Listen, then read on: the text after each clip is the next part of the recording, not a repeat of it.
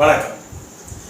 உங்களுக்குள் இருக்கும் சக்தியை உங்களுக்கு உணர்த்தி, உங்கள் இளமையை உங்களால் நிரந்தரப்படுத்தி, உங்கள் குடும்பத்தில் உள்ள அன்பு, பாசம், நேசம், இன்பத்தை உங்களால் நிரந்தரப்படுத்த போகும் ஸ்ரீ ஆத்ம யோகா உங்களை அன்புடன் வரவேற்கிறது.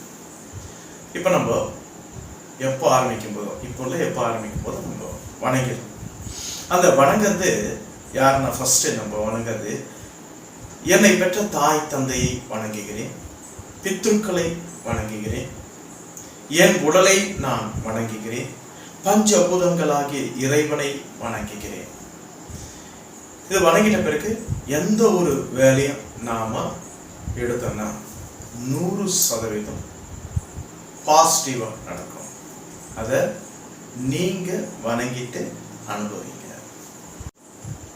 இன்னைக்கு நாம பார்க்க போறது திரு மோகன்ராஜ். அவருக்கு 82 வயசு ஆகுது.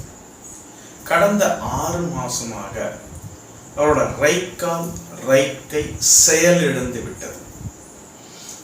அவர் ட்ரீட்மெண்ட்லாம் எடுத்திருக்காரு, மருத்துவத்துறையில் ட்ரீட்மெண்ட் எடுத்திருக்காரு. ஆக்சுவலோட ப்ராப்ளம் என்ன சொல்லியிருக்காங்க அப்படின்னா, பிரெயின்ல ரத்த குழாயில ரத்த கட்டி, ரத்தம் கிளாட் ஆயிருக்கு. அந்த ரிப்போர்ட் தான் அந்த இடத்துல இருக்கு. ஸோ கடந்த 6 மாசமா அப்படியே படுக்கையாக இருக்கார். படுத்துக்கினே சாப்பிட்றார். ரைட் கை ரைட் கலையங்களை ஊட்டி தான் விட்டுன்னு இருக்காங்க சாப்பாடை.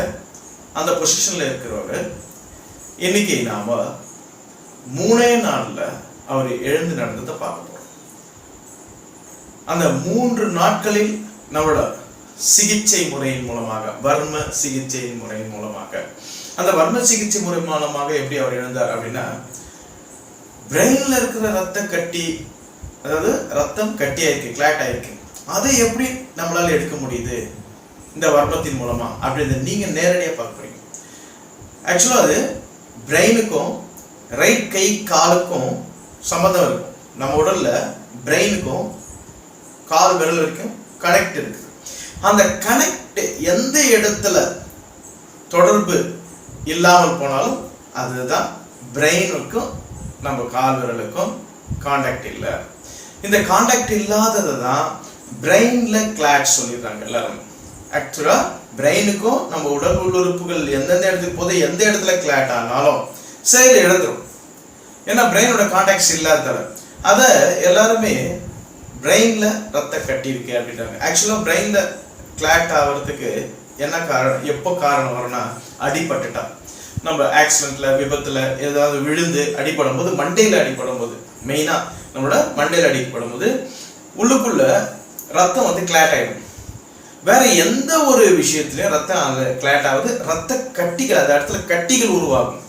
எப்படின்னா தடைகளால். மீதி ரத்த கிளாட் ஆயிருக்கு அப்படின்றது வந்து கட்டிகள் வேறு, கிளாட் வேறு. அந்த கிளாட் ஆயிருக்குன்னா பிரெயின்ல இல்லை, நம்ம உடல்ல எந்த இடத்துலயும் கிளாட் ஆயிருந்தா பிரெயினுக்கு கான்டாக்ட் இருக்காது. அந்த கிளாட்டை நாங்கள் உடல்ல ஒரு இடத்துலையும் நாங்கள் இருக்கிற அந்த நரம்புகளில் இருக்கிற அந்த தடைகளை எடுத்து 3 நாட்களில் அவர் நடந்ததை நீங்கள் நேரடியாக பார்க்கணும். இவர் தான் மிஸ்டர் மோகன்ராஜ், வயது 82. இப்போ நீங்கள் நேரடியாக பார்க்குறீங்க, படுத்த படுக்கையாக இருக்கார். இவரோட ரைட் கை ரைட் கால் செயலிழந்திருக்கு, பேரலைசிஸ். இப்போ அவரால் எழுந்து உட்கார முடியாது, அதனால் சாப்பிட முடியாது, சரியா யாருன்னா ஊட்டி விட்டால் தான். நிற்கக்கூட முடியாது, ஏன்னா ரைட் கை ரைட் கால் செயல் இழந்திருக்கு. நீங்களே நேராக பார்க்குறீங்க. இப்போ நம்ம சிகிச்சை கொடுக்கறதுக்கு ஆரம்பிக்க போகிறோம். அதுக்கு முன்னாடி ரைட் கையை தூக்குறோம் பாருங்கள், செயல் எழுந்திருக்கு, அப்படியே விழுந்துடுச்சு, உணர்வே இல்லை. இப்போ அடுத்ததாக ரைட் காலையும் தூக்கி பார்க்குறோம், செயல் எழுந்திருக்கு, உணர்வு இல்லை. இப்போ ரைட் கைக்கும் ரைட் காலுக்கும் உணர்வு வருவதுக்கோசம் 3 யோக வர்ம சிகிச்சையை நாம் இப்போ ஆரம்பிச்சிருக்கோம். நீங்கள் நேரடியாக பார்க்குறீங்க. இப்போ நம்ம சிகிச்சை கொடுத்துட்டு உடனே அவரை நடக்க சொல்கிறோம். அதனால் கூடயே நான் போகிறேன், ஏன்னா அவர் விழுந்துடக்கூடாது. தடுமாறுறார் கொஞ்சம் பாருங்கள், நல்லா தடுமாற பார்க்கலாம். அவருக்கு பேலன்ஸ் ஒன்றும் கிடைக்கல கொஞ்சம், ஆனால் அவருக்கு அந்த உணர்வு வந்துடுச்சு. அந்த ரைட் கையிலையும் ரைட் காலையும் உணர்வு வந்திருக்கதை நீங்கள் பார்க்கலாம். அவர் உணர்ந்து அவராகவே தான் எடுத்து வைக்கிறார். நான் கூட உதவியாக நிற்கிறேன், அவருக்கு ஹெல்ப்பாக நிற்கிறேன், எந்த விழுந்துடாத மாதிரி. இப்போ அவரோட பிரெயினுக்கும் காலுக்கும் உணர்வு கொடுக்குறேன். இப்போ ரைட் கால்னு ரைட் கால் எடுத்து வைக்கிறாரா, லெஃப்ட் கால்னு லெஃப்ட் கால் எடுத்து வைக்கிறாரா, அதுமாரி ரைட் காலை பின்னாடி எடுத்து வைக்க சொல்லுவேன், பின்னாடி எடுத்து வைக்கிறார். அதுமாரி பாருங்கள், முன்னாடி எடுத்து வைக்கிறார் ரைட்டை. இப்போ லெஃப்ட்டை சொன்ன மாதிரியே பின்னாடி எடுத்து வச்சார். ஸோ பிரெயினுக்கும் அந்த கால்களுக்கும் கான்டாக்ட்ஸை ஏற்படுத்தின்னு இருக்கணும். மேனுவலாக இது அவர் உணர்ந்து அவர் செய்கிறார் பாருங்கள். இப்போ என்ன ஆகுது, அந்த பிரெயினோட கான்டாக்ட்ஸு இருந்துக்கினே இருக்குது அவருக்கு, கைக்கும் காலுக்கும். அடுத்ததாக அவரை திரும்புகிறாரு, நேராக நிற்க சொல்கிறேன். அடுத்தது கைகளை தூக்க சொல்கிறேன். 2 கை தூக்க சொல்கிறேன், லெஃப்ட்டு தான் தூக்குறாரு. ஏன்னா ரைட்டில் கொஞ்சம் அவர் உணர்வு இல்லை, ஃபஸ்ட்டு இல்லைல்ல, அதே உணர்வு இருக்குது. அதாவது ரைட்டில் உணர்வு இல்லைன்ற எண்ணமே இருக்கிறதால ரைட் ஃபஸ்ட்டு தூக்கல. இப்போ பாருங்கள், நல்லா நடக்க ஆரம்பிச்சிட்டாரு. கொஞ்சம் கொஞ்சமாக பிடிச்சிக்கினே இருக்கேன், அவர் ஷோல்டரில் கை வச்சு நான் பிடிச்சிக்கின்னு நடக்க வைக்கிறேன். இப்போ அந்த ஸ்டெப் ஏற சொல்கிறேன் பாருங்கள். இப்போ ஸ்டெப் ஏறும்போது தடுமாறுறதை நீங்கள் பார்க்கலாம். தடுமாறுறாரு, கொஞ்சம் ஒரு பயம் இருக்குது அவருக்குள்ளே. ஏன்னா இவ்வளோ நாள் 6 மாதமாக அப்படியே படுத்துருந்தாருங்களே, இப்போ அது வேலை செய்யும்போது அவர் கொஞ்சம் பயத்தோடு தான் நடந்துன்னு இருக்கிறது நீங்கள் நேரடியாக பார்த்துன்னு இருக்கீங்க. இப்போ கையை அதாவது செவரு பிடிச்சி தான் உள்ளே நுழைஞ்சார் அந்த ரூமுக்குள்ளே. இப்போ அவர் தனியாக என்னோடய பிடிப்பு இல்லாமல் நடக்கிறாரு பாருங்கள். நடந்து இப்போது உட்கார்றாரு. உட்காரும்போது கூட எதையும் பிடிக்கக்கூடாது சொல்லியிருக்கேன். அப்படியே அந்த கால் பலத்தில் உட்கார்றாரு, பலத்தில் உட்கார்றாரு. இப்போ உட்காந்துட்ட உடனே இப்போ அவரை படுக்க சொல்கிறேன். நல்லா படுக்கிறார் பாருங்கள். அவராகவே படுத்தார். அவராகவே படுத்து நல்லா படுக்கிறார். திருப்பி எழுந்துக்க சொல்கிறேன். ஏன்னா எழுந்துக்கும் போது எந்த பிடிப்பும் இல்லை. நிற்க சொல்கிறேன். நிற்கும் போதும் பாருங்கள், நல்ல பாதத்தை பயன்படுத்தி நிற்கிறார், உட்கார்றாரு. இப்போ அவருக்கே தெரியாமல் நம்ம வீடியோ எடுத்துன்னு இருக்கோம். பாத்ரூம் போயிட்டு வர்றார் அவர். யாரோட துணையும் இல்லாமல் அவரவே நடந்து போய் பாத்ரூம் போயிட்டு அவர் கதவை சாத்துறாரு. நீங்கள் நேரடியாக பார்க்குறீங்க.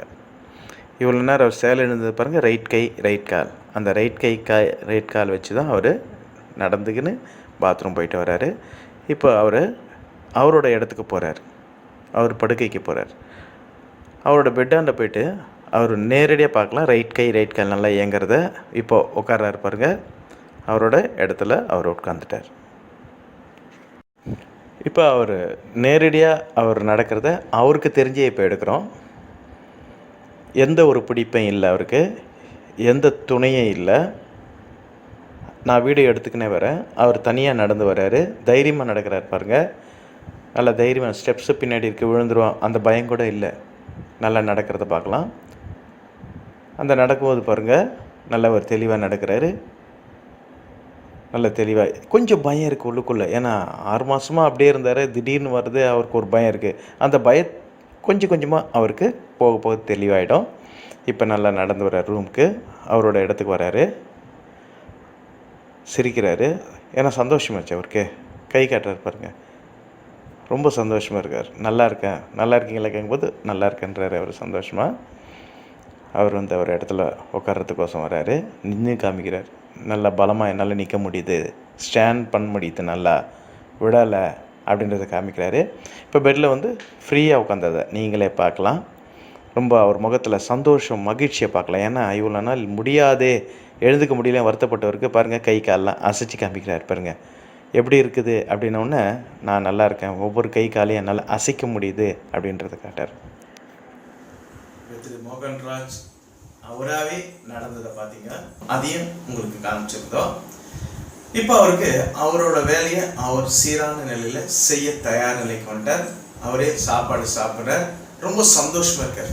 இப்போ அவரோட வேலையை அவர் செய்யும்போது அவருக்கு சந்தோஷம் தான், அவரோட வேலையை மற்றவங்க செய்யும்போது அவருக்கு வருத்தம் தான். அந்த வருத்தத்திலிருந்து அவரால் நீக்கப்பட்டு விட்டது.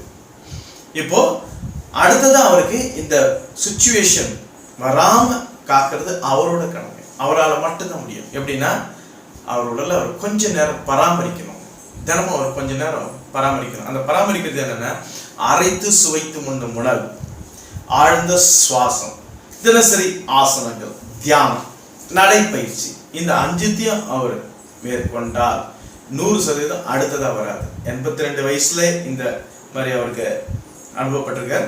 ஆனால் இப்போ அடுத்ததாக சீரான நிலைக்கு வந்துட்டார். நல்லா அவரோட வேலையை செய்கிற அளவுக்கு. அவர் முதல் வரும்போது சாப்பிட முடியாது, அதாவது சாப்பிட்றோன்னா ஊட்டுவாங்க, அவருக்கு ஒரு மனசு வெறுத்து போச்சு, ஏன்னா இந்த ஸ்டேஜில் இருக்கணும். இன்னைக்கு லெவலில் நல்லா சாப்பிட ஆரம்பிச்சிட்டார். அந்த சாப்பாடு இறங்குறதே அவர் சந்தோஷத்தால். அப்போ எந்த உணவாக இருந்தாலும் நம்ம சாப்பிடணும். இந்த உணவு தான் சக்தி கொடுக்குது. அவருக்கு இதுக்குன்னு தனித்தனி உணவு கொடுக்கல, அவர் எடுத்திருந்த மருந்து மாத்திரைகளை எடுத்துக்க சொன்னோம். ஏன்னா அதை நிறுத்தினா அவங்களுக்கு ஒரு ஃபீலிங் வந்துடும், நீங்க என்ன செய்றீங்களோ செய்யுங்க, உங்க விருப்பம், ஆனா நான் செய்யறேன். இவ்வளவு காலம் அந்த மருந்து மாத்திரை தான் போட்டிருந்தார், அதுவும் 6 மாசமும் போட்டிருந்தார், இல்லை நடக்கல. ஸோ நம்ம வர்ம சிகிச்சை மூலம் அந்த தடைகளை அகற்றியதால் இப்போ அவர் ஃப்ரீயா ரிலாக்ஸா நடக்க ஆரம்பிச்சார், நல்லா சாப்பிடுறார், நல்லா மோஷன் போறார், யூரின் போறார். அவருக்கு உடம்புல எந்த ஒரு பிரச்சனையும் இல்லாம இருக்கிறத நீங்களே பார்த்தீங்க. அவர் நடக்கிறத வச்சு அவரோட முகத்துல அந்த சந்தோஷத்தை வச்சு நீங்க பார்த்துப்பீங்க. அதனால நமக்கு வயசாயிடுச்சு, இது மாதிரிலாம் வரும் அப்படின்ற உங்களுக்கு பயம் வேணும். நம்ம பயப்படவே தேவையில்லைங்க. நம்ம உடலே, நம்ம உள்ளுறுப்புகளே நமக்கு ஏற்ற மருந்துகளை தயாரித்து கொண்டிருக்கின்றன. அந்த மருந்துகள் தயாரிப்பு நிறுத்தம் இருக்கக்கூடாது. ஏன்னா அந்த நிறுத்தம் இருக்கும்பொழுதுதான் வயசாயிடுச்சு. ஏன் நிறுத்துது? நம்ம உடல் உள்ளுறுப்புகள் நம்ம உடல்ல காப்பாற்றுற மருந்தை தயாரிக்கிறது ஏன் நிறுத்துது? கொஞ்சம் யோசிச்சு பாருங்க, கொஞ்சம் சிந்திச்சா தெரியும். உள்ளுறுப்புகள் வலிமை இல்லை, அதனால நிறுத்திடுது. வலிமையா இல்லை, அதுக்கு தேவையானது கிடைக்கல. அந்த கிடைக்கலன்னா தடைகள் அங்கிறது கிடைக்காது. அப்ப நம்ம உணரணும், தடைகள் இல்லை, தடைகள் இருக்கிறதால கிடைக்குது. அந்த தடைகளை அகற்றினால் கிடைத்து விடும். அந்த தடைகளை அகற்றுவதற்காகத்தான் உங்க பராமரிப்பு தேவை. உங்க உடல் உள்ளுறுப்புகள் இயங்கி கொண்டிருக்கின்ற உங்களின் உணர்வு கிடைக்கும் வரை, அந்த உணர்வு கிடைச்சிட்டா அவங்க வேலையை அவங்க செய்வாங்க. உங்களோட உணர்வாகிய நீங்க உங்க உடல் உள்ளுறுப்புகளோடு உணர்வை இணைச்சிட்டீங்கன்னா 100% எந்த குறையும் உங்களுக்கு இருக்காது. வயதால் நோய்கள் வருவதில்லை. நம் உடல் உள்ளுறுப்புகள் வலிமை குறைவதால் தான் நோய் என்பதை நீங்க இதை பார்த்தே உணர்ந்துட்டு இருப்பீங்க. உங்க உடலை நீங்க பராமரிச்சு நீங்க நீண்ட ஆளோட இருந்து உங்க குடும்பத்துல எல்லாரையும் நீண்ட ஆளோட இருக்க வச்சு சந்தோஷமா மகிழ்ச்சியா இந்த மனித பிறவியான புனித பிறவியை முழுமையாக நோய் இல்லாம அனுபவிக்கணும். நன்றி, வணக்கம்.